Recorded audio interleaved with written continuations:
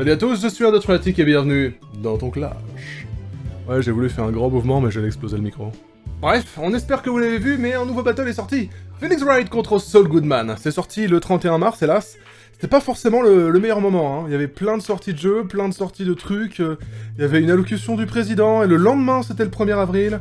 Autant vous dire qu'au niveau des notifications, il y a beaucoup d'entre vous qui les ont ratées, il y a pas mal de gens qui... Si ça se trouve, là, vous allez découvrir, pour certains, qu'il y a un battle qui est sorti. Alors du coup, si vous voulez nous aider un petit peu là-dessus, eh ben écoutez, il y a qu'une chose à faire. Si vous n'avez pas vu le battle, déjà, let's go. Et si vous avez vu le battle, n'hésitez pas. Aujourd'hui, là, vous visionnez le Dans ton clash, n'hésitez pas à le repartager autour de vous, à taguer un pote, 2 potes, 3 potes, 4 potes, si vraiment vous avez plein d'amis, bah déjà GG. Moi j'en ai pas. C'est fou en plus, je rigole complètement, tout va bien, tout va bien. Mais quoi qu'il en soit, ça fera plaisir, on compte sur vous.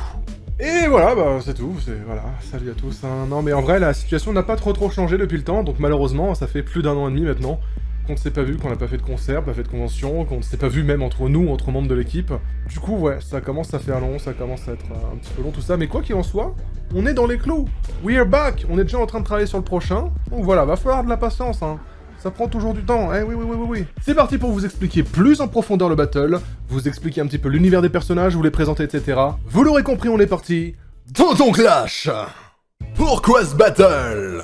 Phoenix Wright est un personnage qui a été beaucoup sollicité depuis le PB numéro 4, à savoir Layton vs L. Un classique bien sûr. Et depuis ces années, son apparition n'a cessé d'être repoussée, jusqu'à ce qu'un jour, une proposition me titilla la curiosité. En effet, des avocats à mettre en face de Phoenix, il y en a. Des personnages intelligents à mettre en face de Phoenix, il y en a encore plus. Mais quoi de mieux qu'opposer Phoenix à un homologue venu d'une autre plateforme et aux méthodes bien opposées, en la personne de Saul Goodman. Ce n'était peut-être pas le match-up le plus demandé, mais il a beaucoup de sens, et le contraste entre les personnages et leurs univers ont permis beaucoup de choses. Challenger number 1, Phoenix Wright.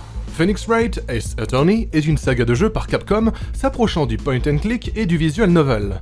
C'est un jeu d'enquête avec des phases de procès et très chargé en textes et dialogues, tous plus loufoques les uns que les autres. Un univers chargé d'humour, de jeux de mots foireux, et un avocat de la défense, Phoenix Wright, au parcours chaotique, mais aux interventions fulgurantes, bien qu'un petit peu badaud quoi. Connu, même reconnu pour le fameux « Objection !» pour tous les retournements de situation dans des procès souvent insensés et paraissant ingagnables face à des procureurs inflexibles et parfois même sournois. Il a eu le droit à son crossover avec le professeur Layton, une adaptation en animé qui reprend et abrège le scénario des jeux Ace Attorney, et même une adaptation live-action au cinéma, qui a la rare caractéristique de ne pas ridiculiser l'œuvre originale.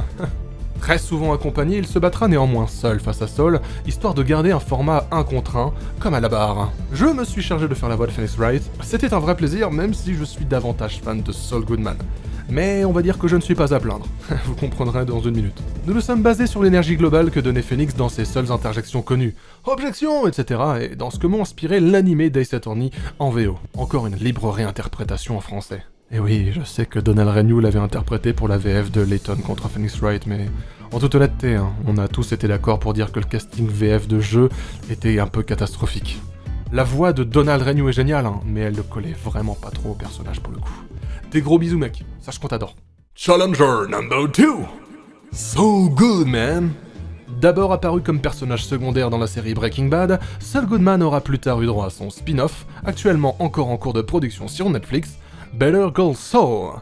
Petit frère d'un grand avocat, Chuck McGill, Jimmy McGill aura pour ambition d'en devenir un également. Mais rattrapé par sa forte aversion à arnaquer autrui, ayant un excellent jeu d'acteur et une maîtrise des mots pour manipuler les autres, il finira par devenir un avocat qu'on pourra qualifier de véreux. Et de malchance en malchance, il finira par devenir l'avocat de très dangereux criminels impliqués dans un immense trafic de drogue. Il sera très dur pour lui en premier lieu de jouer les bad boys, mais un certain côté sombre de sa personne y trouvera satisfaction. L'appel de l'argent et la pression de tout perdre feront qu'il n'aura plus le choix. Entre le bon avocat proche du peuple, très rassurant, super populaire car tout souriant, et l'avocat véreux, prêt à trahir jusqu'à son propre frère pour servir ses intérêts, Saul Goodman est un personnage vraiment super intéressant et en traiter était un plaisir. C'est Stan Dusk qui s'est prêté à la tâche de jouer Saul dans le battle, alors qu'il est fan incontesté de Phoenix Wright. Et ouais, on a tous les deux dû regarder l'autre jouer le personnage qu'on aurait voulu faire. Mais c'est comme ça, nos voix collaient mieux à l'autre, donc c'est la vie. Et au final, c'était marrant. C'est la première fois que Stan interprète un personnage, autre que lui-même, dans un Epic Pixel Battle. Une sacrée pression, mais ça y est, le baptême est fait. Bravo mon pote. On se serait bien basé sur la VF de Better Call Saul, mais j'ai pas compris ce qu'ils ont fait. Genre, c'est vraiment plus du tout le même personnage en VO et en VF. L'une des VF les plus drastiquement différentes que j'ai jamais vues de ma vie. Du coup, non, encore une fois, on a librement réinterprété la VO pour en faire une VF à notre sauce. Conclusion. Au final, je n'ai pas parlé de la direction prise pour ces deux personnages, parce que je comptais le faire ici. Vous l'aurez peut-être remarqué, mais chaque personnage évolue au fil du battle. Saul Goodman commence professionnel, avenant, poli, comme ses habitudes en tant qu'avocat, et Phoenix rétorque en bon avocat, contre-arguments, preuves, accusations, tout ça. Et pour sa deuxième strophe, ça y est, Saul montre les dents, et attaque sans vergogne, beaucoup plus sarcastique et bien plus cassant, comme un véritable adversaire qu'affronterait Phoenix dans ses jeux, pour le mettre face au mur. Et à ce moment-là, après avoir évoqué une phase de son évolution dans les jeux, celle où il abandonne sa vie d'avocat, Phoenix lâche la politesse, dépité, et casse son adversaire en utilisant les arguments les plus sales qu'il a en sa position. On reviendra dans l'analyse du texte. Interrompu comme au tribunal par un Saul Goodman hors de ses gonds, presque en Sleeping Jimmy finalement, prêt à tout pour gagner le battle, quitte à attaquer de manière peu orthodoxe et s'énerver véritablement. Apparaissant acculé, au pied du mur, comme dans un Ace Attorney, Phoenix finira par un volte-face, pour se ressaisir et redevenir le brillant avocat qu'il est, pour une ultime phase complète. Un véritable duel à la barre donc, comme dans Ace Attorney. Peut-être l'aurez-vous aussi remarqué, mais le narrateur de l'intro et de la conclusion du battle se la joue juge, d'ailleurs. Nous sommes très fiers de ce résultat. On a vraiment voulu donner cet aspect combat à la barre, comme dans le jeu, en montrant aussi toute l'évolution des deux personnages dans leurs histoires respectives. Comme toujours, je ne saurais que trop vous recommander de vous informer sur les œuvres respectives. Breaking Bad et Better Call Saul sont deux séries incroyables, et Ace Attorney dans son genre est vraiment très drôle et cool à jouer. Ah, faut aimer lire quoi, hein, c'est clairement pas un jeu d'action. Et voilà, il est temps d'analyser le texte, et croyez-moi, c'est un sacré morceau. Je crois que cette intro était bien longue, donc je vais tenter d'aller vite, j'insiste sur le mot tenter. Allez hop, c'est parti. Hop. Attends une seconde, t'es bien abonné à la chaîne, hein, et t'as pas oublié d'activer la cloche, hein. Non, parce qu'on sort pas une vidéo par jour, alors ce serait con de le rater qu'on te le sorte, hein. Pardon, oui donc, j'étais censé dire que si vous voulez pas être spoilé sur les séries, bah, skippez l'explication de texte, hein, y a pas de souci. Je le dis à chaque fois, mais voilà, maintenant là, va y avoir des spoilers, on y va.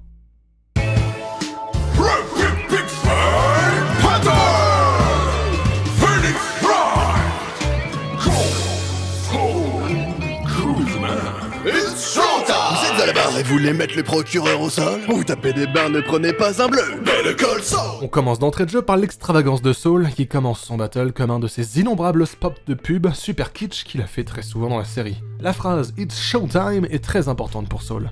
À ses débuts d'avocat, il se la disait discrètement dans les toilettes avant chaque procès, pour se donner du courage et rentrer dans son personnage. Il fait donc une pub où il vous dit de ne pas prendre un bleu. Un rookie, un débutant. Et le bleu, c'est aussi la couleur dominante de Phoenix. Bam. Mr. Wrong, j'ai une mauvaise seule nouvelle. J'ai bien assez confiance en moi pour faire perdre ce duel.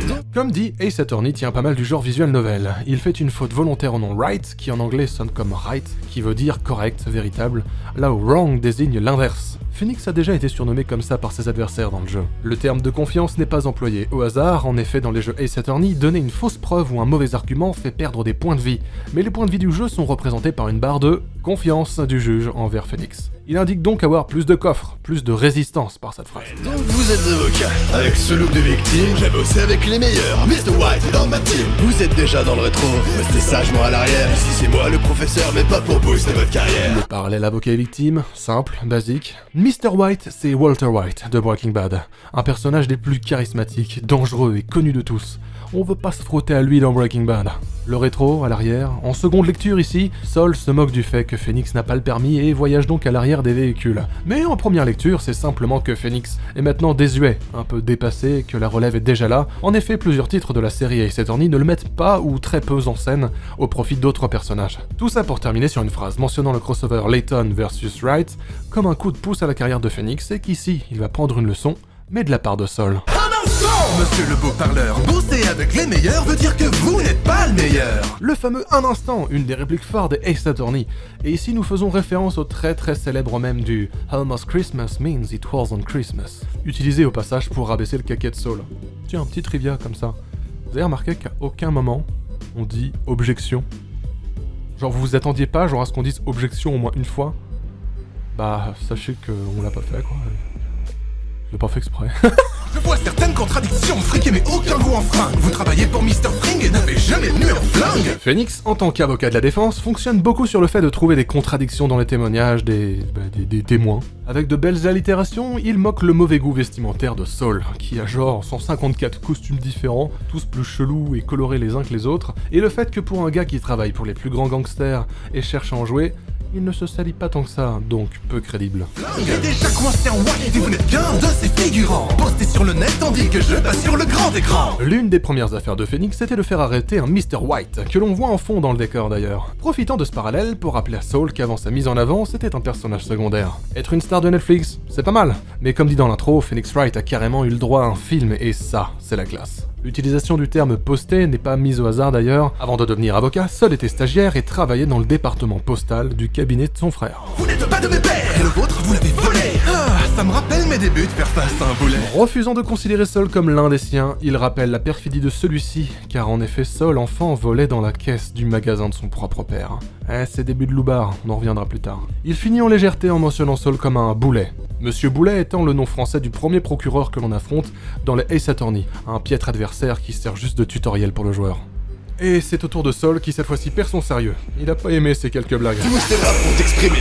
Tu fais de la tectonique. Les seuls pics que t'envoies sont sur ta tête, Sonic. Saul, bien plus âgé que Phoenix, va un peu faire ressortir son côté boomer ici, pour l'attaquer directement sur ses manières et son look. Phoenix passe son temps à bouger ses bras, faire des mouvements à droite à gauche pour s'exprimer, de manière très exagérée, et sa coiffure est des plus excentriques. Pas besoin d'expliquer plus que ça. J'ai tout cassé sur Breaking Bad et aujourd'hui j'en chéris. Emprisonné sur Netflix car je suis un tueur en série. Il rétorque, personnage secondaire, oui, mais assez important pour avoir justement son propre spin-off. Et il fait un jeu de mots avec tueur en série, car sa série est un carton plein sur Netflix. Un jeu de mots qui rappelle avec le terme emprisonné qu'il a d'ailleurs déjà fait de la prison, donc un petit regain de street cred. Tu m'accuses de faire de l'argent, je peux être coupable. Même en exploitant des enfants, tu en es incapable. Saul est un avocat véreux, mais ne cachera jamais qu'il est fier d'être plein aux as, et pas qu'à moitié. Là où Phoenix peine énormément à gagner assez d'argent pour maintenir son cabinet. Cabinet qu'il perdra à moitié d'ailleurs pour devenir l'agence de talent Wright plus tard, afin de subsister financièrement. L'agence de talent Wright qui sera gérée par Verity Wright, la fille adoptive de Phoenix, d'où l'exploitation d'enfants. Faisant aussi référence à Pearl Fay, qui aidera Phoenix dans des élucidations de meurtre du haut de ses 8 ans. Ouais. Sauvé par magie par des faits, vois la vérité en face. C'est toujours un bol de fesses, de foie et des volte-face. Ace Attorney regorgeant de personnages au nom étant des jeux de mots, Saul fait toute une phase avec ceci. L'univers de Phoenix Wright utilise souvent le spiritisme et la magie, et ce de manière absolument abondante et absurde, pour élucider des affaires. Très souvent épaulés par Mia, Maya ou Pearl Fay, qui sont de la même famille, elles peuvent même intervertir leurs esprits, etc. Enfin, c'est n'importe quoi. Hein. Et quant à Paul de Fess, qui ressemble à Poil de Fess, c'est l'un des meilleurs amis de Phoenix. Et toute cette phase pour dire que Phoenix ne vaut rien seul. Toujours aidé par un millier de personnages et de manière absolument absurde, les volte-face étant le nom utilisé pour désigner la plupart des affaires du jeu. Et donc à ce moment-là, après avoir évoqué les problèmes d'argent de Phoenix, celui-ci rentre dans sa phase un peu dépressive, chelou là, lors de l'arc où il avait été radié de l'ordre des avocats, devenu joueur de poker. Ouais, cherchez pas à comprendre. Moi au moins j'ai des amis.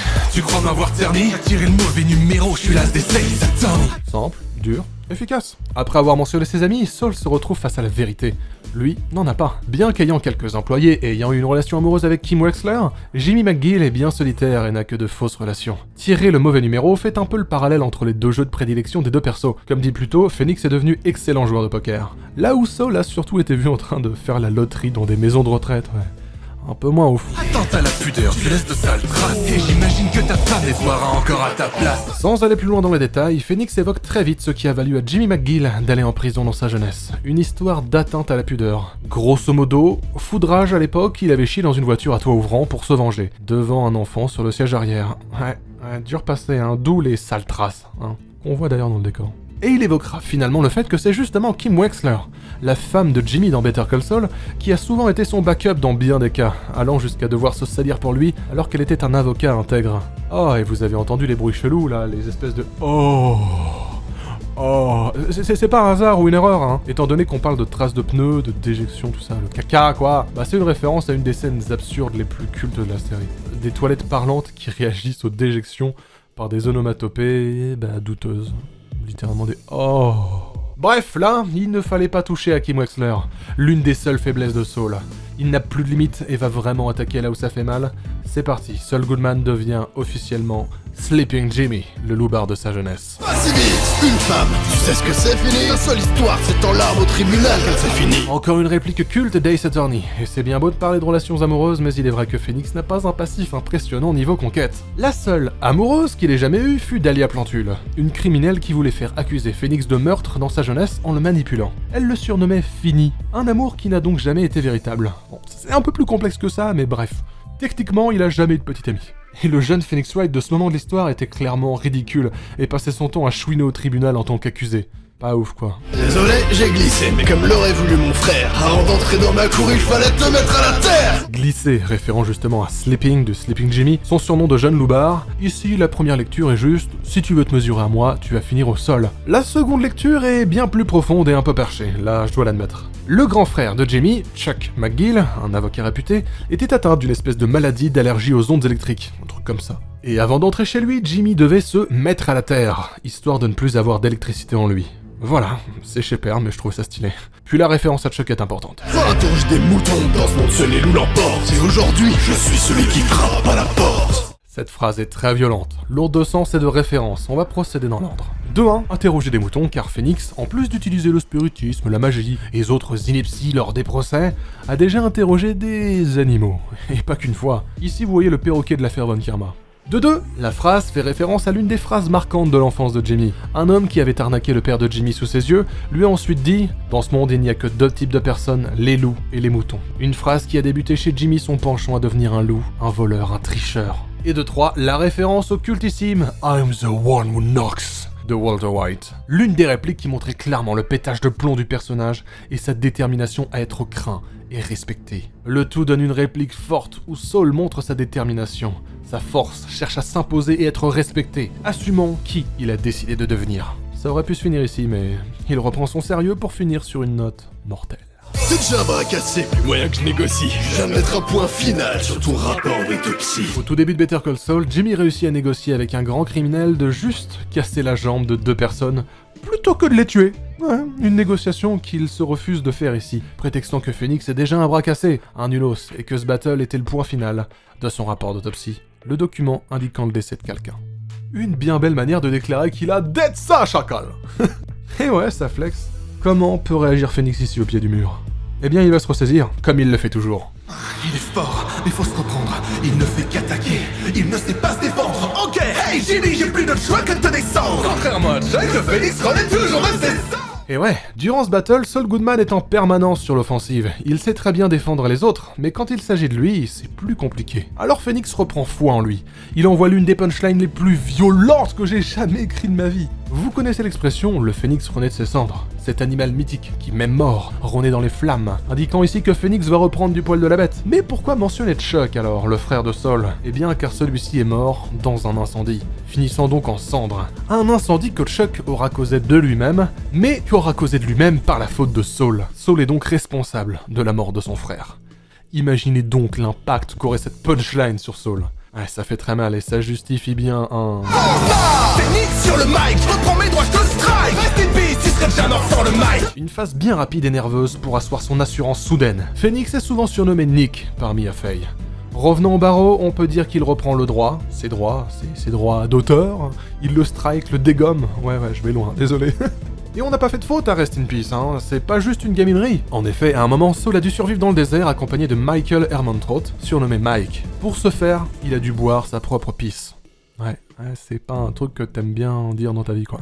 Ce même Mike qui a dû sauver la vie de Saul, une bonne paire de fois, si ce n'est plus. Je finis sous les verrous, mais tu mérites une dérouillée. C'est que faire, souffrir les gens, bam, déverrouillé. À part une fois où il a écopé de la prison, il l'a évité à plein de reprises, et à chaque fois, se faisant sermonner violemment par quelqu'un. Il faut donc qu'il paye pour ses crimes.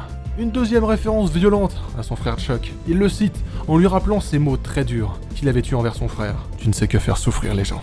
Toute cette phase est illustrée comme un moment clé de certaines affaires d'Ace Attorney, où à coup d'arguments et des souvenirs douloureux, Phoenix déverrouille psychologiquement ses témoins. Il recollera les morceaux si tu finis en piñata. À force de falsifier les chiffres, on prend le retour de karma. Lors de sa dernière affaire en duo avec son frère Chuck, Saul avait été jusqu'à fouiller les poubelles d'une société pour récupérer des documents déchiquetés, passant des jours et des nuits à recoller les morceaux. Une affaire dans laquelle il aura plus tard falsifié un chiffre dans les documents de son propre frère Chuck, aboutissant plus tard au pétage de câble responsable de sa mort comme on le disait tout à l'heure. Donc, cette falsification de chiffres aura valu la mort de son frère. Un sacré retour de Karma. Von Karma étant aussi un des plus grands adversaires de Phoenix Wright, lui-même maître dans la falsification de preuves. Et pour finir, la piñata, c'est un objet qui explose en morceaux quand on frappe dedans, et c'est à la fois une référence à une scène assez marquante où Saul la joue gangster devant 3 ados en les transformant en piñata, ainsi qu'une référence au fait qu'il est en danger de mort constant, recherché par un certain Lalo Salamanca, membre d'un cartel mexicain. Autant dire qu'un mauvais karma, il en a un sacré, ouais, et la dernière phase va le confirmer une fois pour toutes. T'as déjà perdu ton nom, je te gêne pas plus et te laisse taper. Plus qu'une saison, en attendant Gono, serre-moi un café. Saul Goodman, si l'on suit le cours de la série Better Call Saul et Breaking Bad, n'est plus que de l'histoire ancienne dans la vie de Jimmy McGill. Il a été montré dans de nombreuses analepses, l'inverse d'un flashback, que plus tard il aura changé de nom et de carrière, s'appelant maintenant Jen ou Gene Takavik, où il travaille dans un genre de Starbucks local, pour se faire oublier. Au passage, Phoenix se venge un peu des jeux de mots sur les prénoms avec le Jen. Déclarant ensuite plus qu'une saison, car en effet l'ultime saison de Better Call Saul est attendue, et ce sera peut-être la dernière fois qu'on entendra parler de Saul Goodman vu qu'on sait très bien qu'il finira par arrêter sa carrière pour devenir un no-name et couler des jours tranquilles. Il terminera sur une ultime moquerie, en attendant Godot, serre-moi un café. Vous comprenez maintenant pourquoi le café. Mais alors pourquoi Godot ? Godot est l'un des opposants les plus marquants de Phoenix Wright. C'est un avocat qui a très mal tourné pour des raisons personnelles, accro au café d'ailleurs, que Phoenix aura finalement vaincu et envoyé en prison, car celui-ci était coupable du meurtre où il comparaissait pourtant en tant que procureur. On peut y faire un assez beau parallèle avec ce qu'est finalement Saul Goodman. Voilà, une bien belle apothéose pour un Phoenix qui aura eu une seconde partie un peu molle, mais un retour en fanfare, comme dans le déroulement de ses affaires. J'ai probablement oublié quelques petits trucs, mais l'explication était déjà bien assez longue, je crois. Mea culpa. On repasse en facecam. Allez, on se réveille. C'était long, non ? J'espère pas trop, mais je crois que si. Comme toujours, merci encore pour votre bienveillance, pour votre accueil depuis notre retour avec Ruby contre Maka. Et n'oubliez pas, si vous ne l'avez pas fait en début de vidéo, je vous le rappelle maintenant, mais on a besoin de vous pour refaire la promo de Phoenix Wright contre Saul Goodman, qui est le battle dont je viens de parler depuis 20 minutes, à peu près, si vous avez suivi la vidéo. Merci beaucoup à Jenny Mickey pour tout ce qui est du décor, merci à Kerry pour ce qui est du montage, et merci Hermite Moderne pour ce qui est de la documentation et de l'aide à l'écriture. Quoi qu'il en soit, tous les liens sont dans la description, comme d'habitude. Donc allez checker ça, allez checker leur travail, ils font du bon boulot. Chacun dans leur petit milieu respectif, ils balancent des patates. Voilà. On n'a pas encore de nouvelles conventions à vous annoncer pour le moment, forcément. La situation sanitaire mondiale, tout ça vous connaissez. Plus que jamais, bon là c'est un petit peu mon message. Mais plus que jamais c'est très important, continuez à faire attention à vous, à votre entourage, vos proches, vos amis, peu importe. Portez le masque quand vous allez dehors, faites pas n'importe quoi avec vos mains, lavez-vous, vavez vos mains. Hashtag vavez vos mains. Très important. Quoi qu'il en soit, courage, on traverse ça tous ensemble, et le jour où on pourra se revoir, ça sera le plaisir.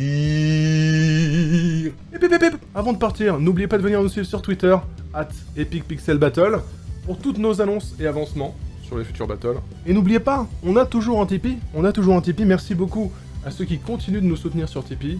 Des gros bisous, normalement toutes vos contreparties digitales ont été envoyées, bon, pour les physiques, ça va pas être tout de suite encore une fois, c'est toujours la même situation sanitaire dans le monde, et étant en Belgique, moi je ne peux toujours pas aller en France, on peut toujours pas se réunir pour dédicacer vos posters, vos cartes, etc.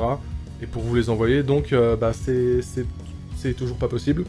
Dès que ce sera possible, on prendra le temps, on se réunira, on le fera, mais il va falloir attendre encore, mais ce sera fait. Quand on pourra.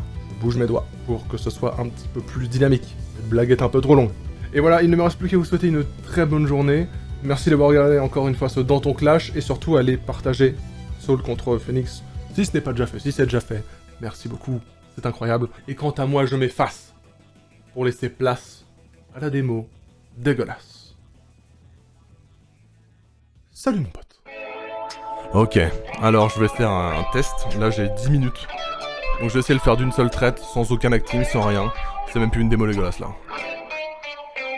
It's showtime! Vous êtes à la barre et vous voulez mettre le procureur au sang pour vous taper des barres, ne prenez pas en bleu. Better Call Saul, Mr. Wrong, j'ai une mauvaise visuelle nouvelle. J'ai bien assez confiance en moi pour vous faire perdre le duel. Donc vous êtes avocat avec seul de victime. J'ai bossé avec les meilleurs, Mr. White est dans ma team. Vous êtes déjà dans le rétro, restez sagement en arrière. Si c'est moi le professeur, mais pas pour booster votre carrière. Un instant, monsieur le beau parleur, bosser avec les meilleurs veut dire que vous n'êtes pas le meilleur.